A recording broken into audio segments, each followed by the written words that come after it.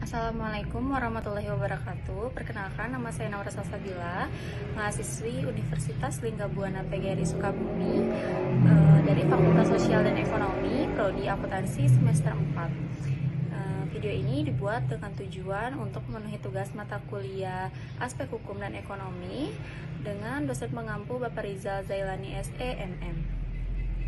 Di sini saya akan menjelaskan tentang hukum dan hukum ekonomi. Yang pertama, hukum pengertian hukum. Hukum adalah sistem aturan yang mengatur masyarakat agar berjalan tertib.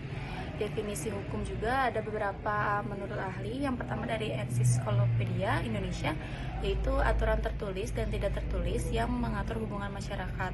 Lalu ada dari Immanuel Kant, hukum adalah syarat agar hendak bebas individu dapat disesuaikan dengan kebebasan individu lain. Terus yang terakhir ada dari Ulreich, yaitu hukum adalah kumpulan peraturan yang harus ditaati oleh semua masyarakat. Lalu ada unsur-unsur hukum. Yang pertama itu ada peraturan tingkah laku manusia. Lalu yang kedua dibuat oleh badan resmi. Yang ketiga bersifat memaksa. Yang keempat memiliki sanksi tegas.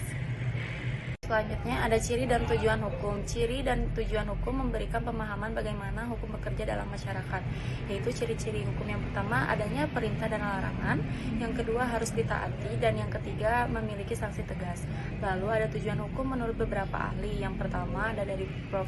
Subekti, yaitu hukum mengabdi pada tujuan negara untuk kesejahteraan rakyat. Lalu yang kedua ada dari J. Burnham, yaitu hukum harus menciptakan kebahagiaan sebanyak-banyaknya untuk sebanyak mungkin orang. Lalu yang terakhir dari Paul Van Kamp, yaitu hukum menjaga kepentingan manusia agar tidak terganggu. Selanjutnya ada fungsi hukum. Yang pertama sebagai alat ketertiban masyarakat, yaitu mengatur kehidupan bermasyarakat agar tertib dan teratur. Lalu sebagai saran keadilan sosial atau hukum menciptakan keseimbangan antara hak dan kewajiban masyarakat. Lalu sebagai alat penggerak pembangunan, hukum menjadi pedoman dalam kebijakan pembangunan ekonomi dan sosial.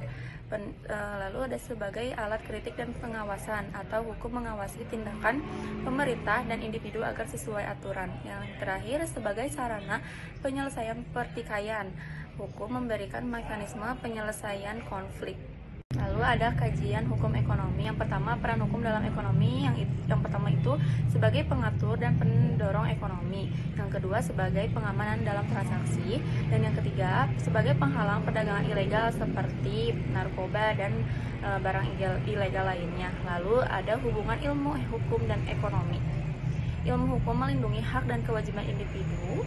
Lalu ilmu ekonomi fokus pada kesejahteraan manusia. Dan yang terakhir, keduanya saling terkaitan untuk menciptakan masyarakat yang sejahtera.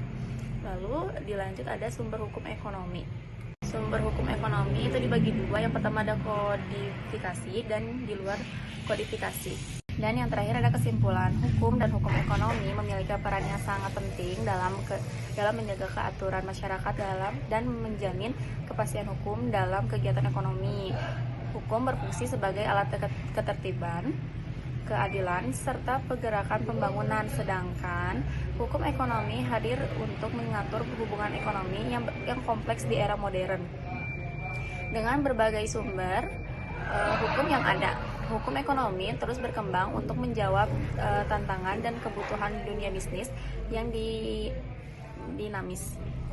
Dengan demikian, hukum ekonomi menjadi instrumen penting dalam menciptakan keseimbangan antara kepentingan individu dan kepentingan publik dalam kehidupan bermasyarakat dan bernegara. Sekian yang dapat saya sampaikan. Mohon maaf bila banyak kesalahan. Wassalamualaikum warahmatullahi wabarakatuh.